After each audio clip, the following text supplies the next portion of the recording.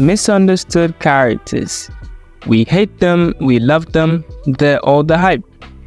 Some of cinema's most iconic characters find themselves within this queer, unsettling category of not so good and not so evil. Essentially, it's mostly all the grey space in between the protagonist and the antagonist. And just to draw some clarity to it, this video isn't here to talk about like anti-villains or anti-heroes, even though most of the characters we will be discussing today could very well be described as either. Emphasis on most.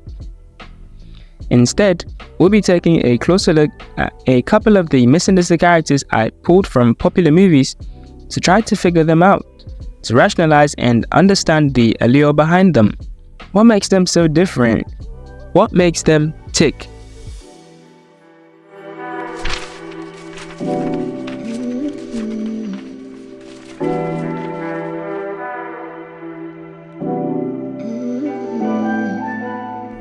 Before we dive in already, some context? Yeah, that'd be great. Researching for this video was a bust.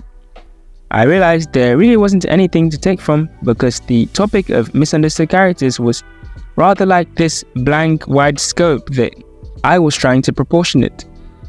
Because even though this is a rather popular movie trope, it's not one that's discussed very often. Try looking it up yourself and I bet you'll be hit up with separate definitions for the separate words, or just definitions for anti-villains and anti-heroes for some reason. But misunderstood characters was the original pitch I had for this video, and so I stuck with it. Now, who exactly am I referring to when I say misunderstood character? Well, the words themselves try to give meaning to each other, in that this is a character who isn't outwardly understood fully. One you don't get, and/or usually have misconceptions about. Are they a villain? Are they good? Are they bad? Are they truly evil? And that kind of answer tends to leave a vague impression, much like the topic itself, where it just boils down to a question of anti-villain or anti-hero. But as we'll come to find, not all misunderstood characters are anti-villains or anti-heroes, for that matter. So to answer these questions correctly, I tend to look at it in two ways. I'll put it simply.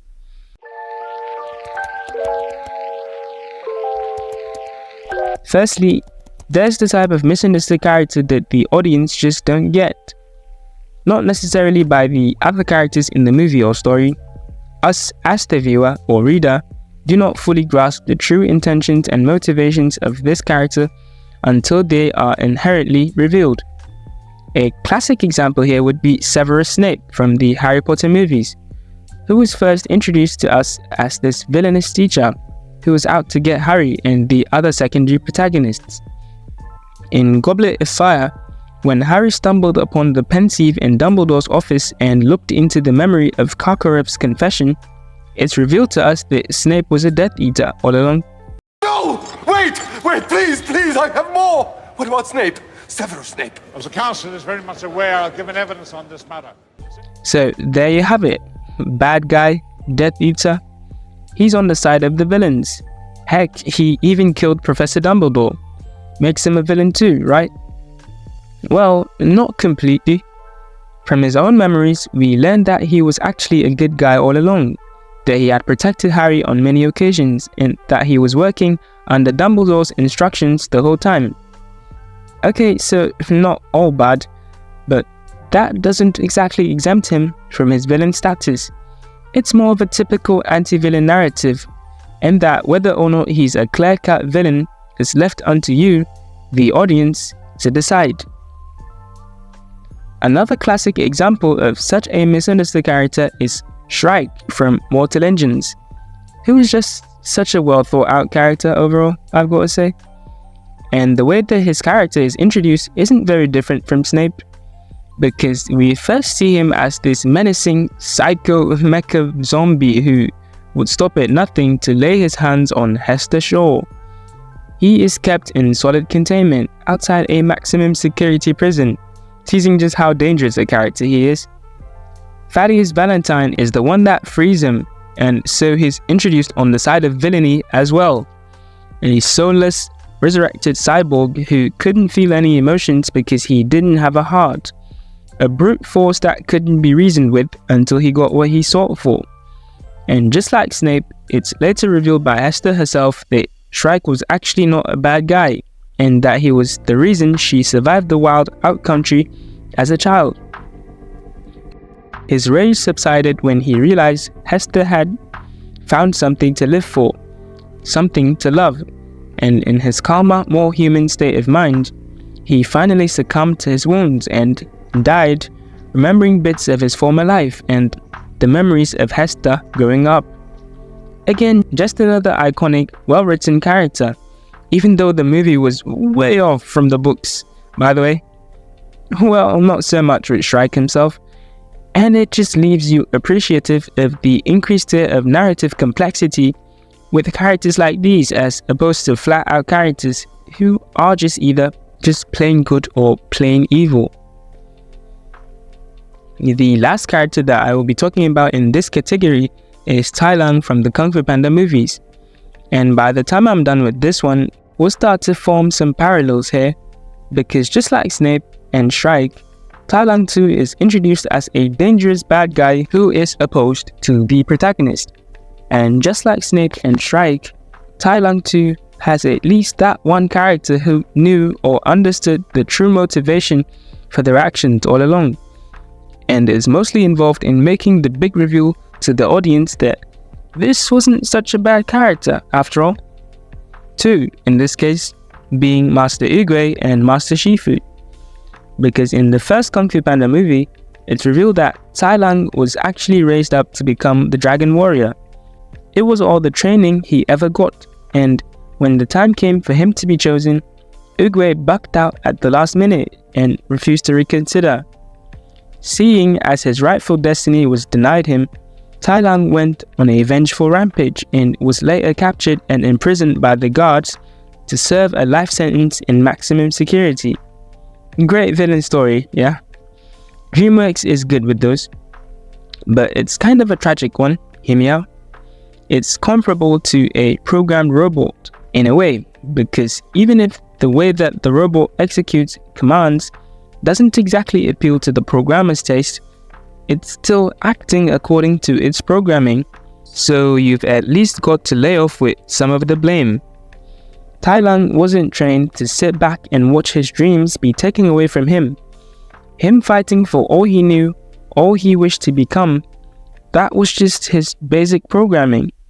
So again, pretty strong case of misunderstood character here.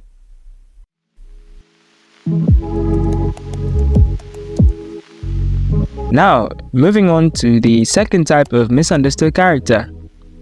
The first type we just spoke about is the type of character that is misunderstood predominantly by us, the audience, because there's mostly just one or two other characters in their story that understand them. And so naturally, the second type of misunderstood character would be the exact opposite of that. So instead, this is a character that is predominantly misunderstood by the other characters in their story. Couple of examples here, so you get the picture. Sadness from Inside Out is definitely the first to pop to mind, because my last video was about Inside Out. You can go watch that after this one, I'll have it linked below. So in a movie where there's no typical villain whatsoever, you're more than likely to encounter some form of misunderstood character. Sadness in this movie is depicted in a somewhat annoying fashion. Pessimistic, lethargic, and just not so fun. By the middle of the movie, however, you find yourself rooting for her character to be recognized and utilized, because everyone else in the story just ignores her and shuts her out. Inside Out teaches a valuable lesson here, because we get to learn that sadness is just as important of an emotion as, say, joy or fear is. One thing to note about this type of misunderstood character is that the movie or story lets you know early on that this is not a bad guy, and that they're just misunderstood by others or confused about themselves.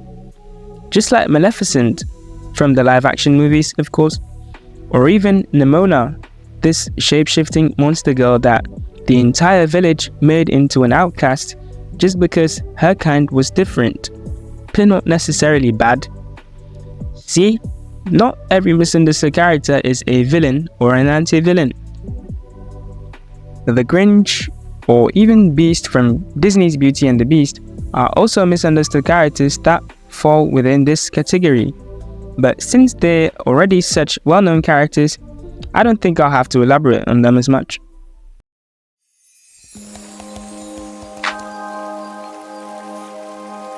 Okay, so now that we're done with these two types, what's left?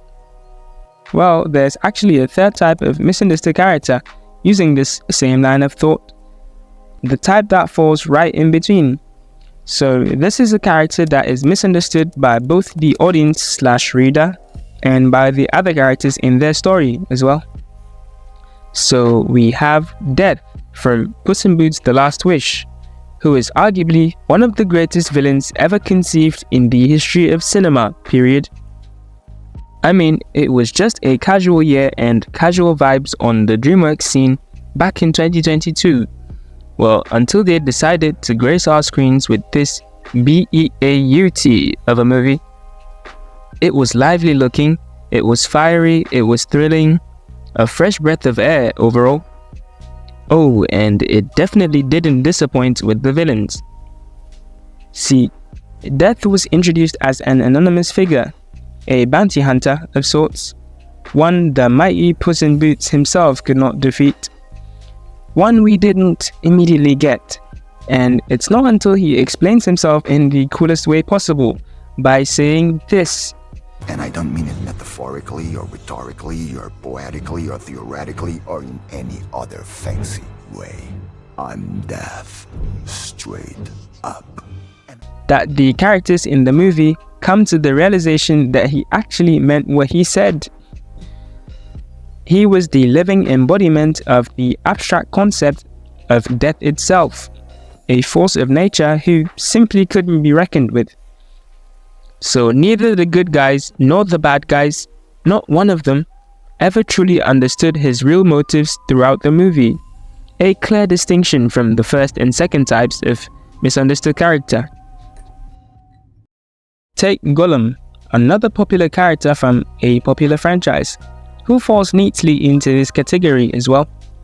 First introduced in The Hobbit, a very complex character if you're willing to get deep enough into it, and a misunderstood character across the board.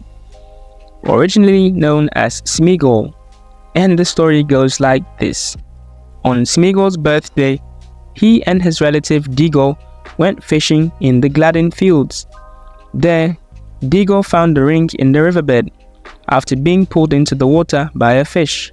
Smeagol fell immediately under the ring's influence and demanded it as a birthday present. When Deagle refused, Smeagol strangled him. Now, this story happened years ago, way before the events of Bilbo Baggins' legendary tale, back when Gollum was still just a normal hobbit himself, before he was corrupted by the ring's power, before it took control of him and made all his decisions. On the flip side, it did lengthen his life indefinitely, and it gave him other abilities that helped him survive all the years. But it changed him forever, and until the events of Lord of the Rings, nobody, not even Gandalf, knew of this backstory. Not one of us fully understood what he was or why he was like that. Not even himself for the most part of it. Seeing the parallels? We can say the same for Thanos from the Marvel Cinematic Universe, another character who fits this category quite well. After the events of Eternals, we could kinda justify his wanting to wipe away half the intelligent life in the universe with the possibility that he was doing it to delay the cataclysms Celestials could potentially cause. But I'd argue that Celestials had nothing to do with it, because there weren't any clear hints to that in either Infinity War or in Endgame. We probably will never fully understand his intentions because, in his own words, I'm the only one who knows that. At least I'm the... And that, my friends, is why he makes this category, without a doubt. Mid-year 2006, we got Monster House, and coincidentally, the most clear-cut character for the topic of misunderstood ones, Horace Nevercracker, who's actually the most good guy you could come across. No, literally, the most caring, most considerate, most easygoing good guy. So this is not a villain, not an anti-villain, not even an anti-hero. Yet, how is this character introduced?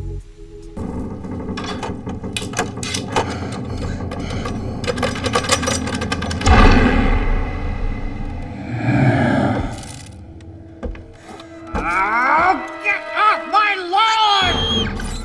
Oh, trespasser! Do you want to be eaten alive? No! Then get out of here! Need I say more? For the majority of the movie, he's painted in the black. This mean, grouchy old man who scared every kid that crossed his lawn shitless. And apparently, well, not so apparent, you see, that was all an act, a folly, because in reality, he was trying to keep the kids safe and well away from his house, a house that was now a living monstrosity. The spirit of his diseased wife still lived on in there and would prey on any innocent kid that she, or it, for lack of better pronoun, could lay their hands on. When the meddlesome neighbor's kid got to the bottom of all that and ended up destroying the house with some help, Mr. Nevercracker thanked him because he was relieved that both he and the spirit of his wife were finally free of the cursed house. So until the very end, both the audience and the other surrounding characters in the movie were all convinced that this was the bad guy. But now that you know the true story, it shouldn't surprise you to learn that I pulled all the info on this particular character from the hero's wiki page, not the villain's wiki.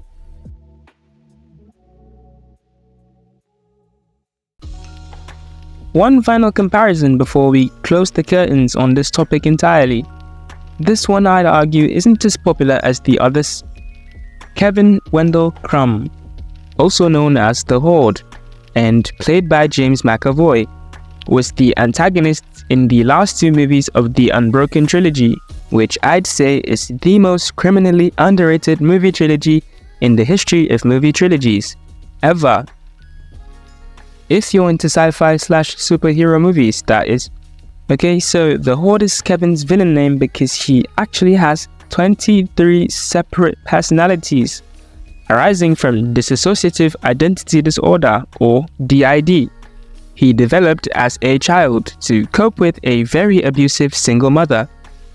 That's already a pretty wild pretext to base a misunderstood character on, because even though Kevin means no evil, some of his other personalities were each rather vicious in their own way, as put by the Wiki Villains page on his character. I'll leave links to all the relevant sources in the description if you want to go check them out.